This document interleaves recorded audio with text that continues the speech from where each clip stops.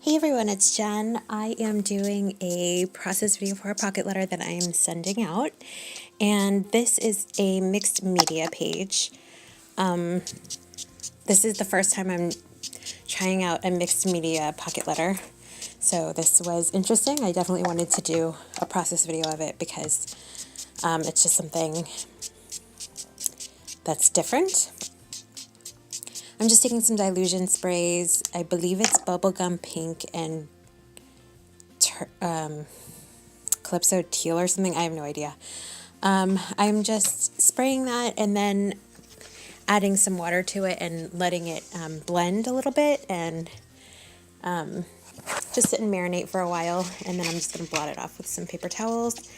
And the recipient of this loves purple, so that's why I added a lot of purple to it. I am using a Prima stencil, and this is one of their new stencils. I don't know the name of it, but it's like squares.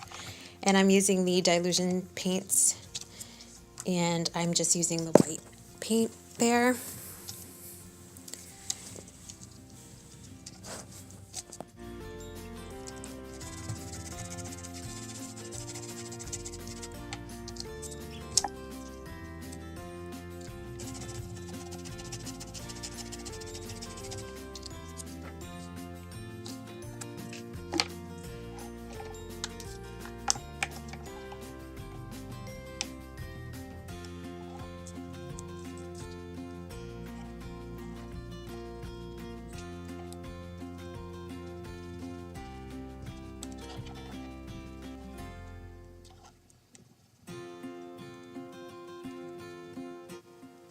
Here I am using the purple Dylusion paint and Dylusion's paints, and I'm using one of the new Amy Tangerine stencils.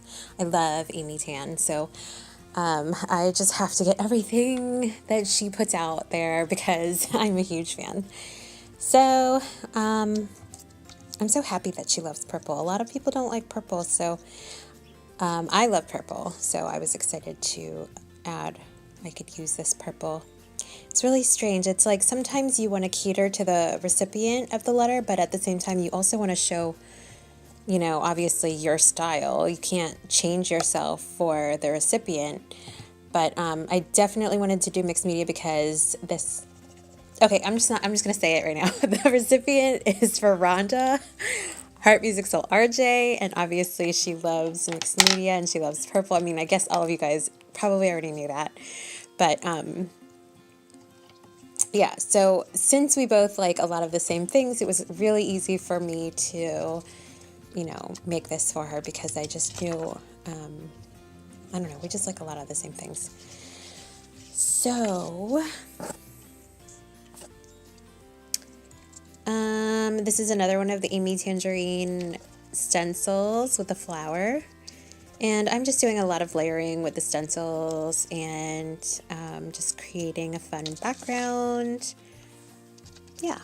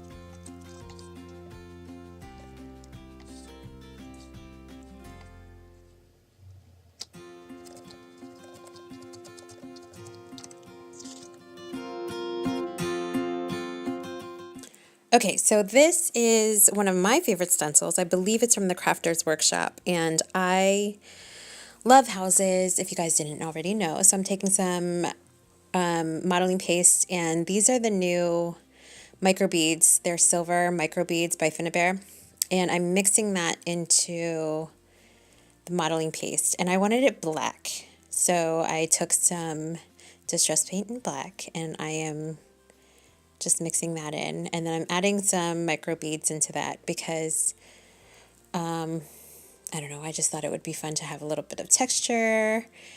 And I'll just tell you right now, it was so difficult to use this because of the detail and fine detail of the stencil. It was really hard to get the beads into the small crevices of the stencil. It just did not want to, I don't know, it just didn't work. It was so difficult. It was really, really hard to scrape it in there. So you'll watch me like fuss with this for a really long time. And it was starting to get dry, and usually you have to work pretty fast.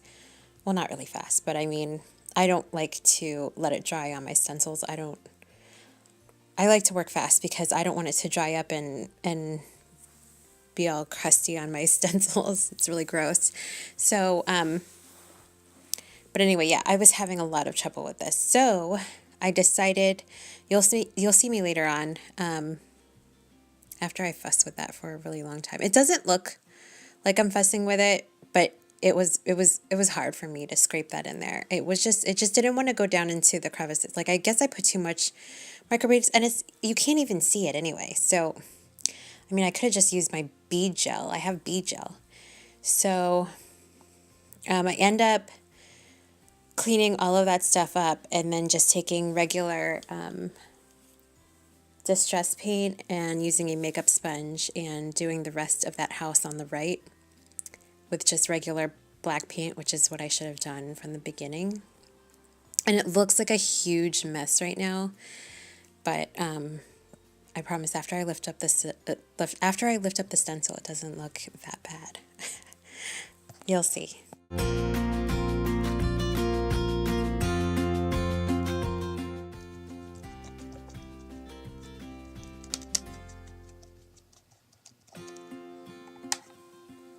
Okay, so I lift up the stencil and I decide that I won't give up on these micro beads. So I just decided to spread some onto the wet modeling paste and just let that like sit on top of it and just dry. And I'm just shaking off the excess. And I'm looking at it and I decide that I don't like it. Like, I really struggled with this. Like, I shouldn't have used the micro beads at all. I'm not a fan of them. They are such a mess. I feel like they're harder to work with. And although they add like awesome texture and they're really, really cool, but they are so messy. It's almost like glitter. Like, they get everywhere, and it's just really messy, and the cleanup is just really crazy. Oh, and then cutting this up with the micro beads. So I broke out my like really old guillotine trimmer. This is old. I'm talking like 10 plus years old. It's super old. I never use this anymore, but I broke this out because I didn't want my blade to get all nasty from the modeling paste. So I cut that up, and you can kind of see, but I cut this part out, but I actually scraped off all of the micro beads that I had on there. Oh my gosh, it was such a mess. But I hope she likes it. And here I'm just showing you the goodies that I've included in the back. And since this was a mixed media typed pocket letter, I added a little bit of burlap to the outside, so instead of a doily. So that is my video. I hope you guys enjoyed this process video. Thanks so much for watching, and I'll talk to you guys later. Bye!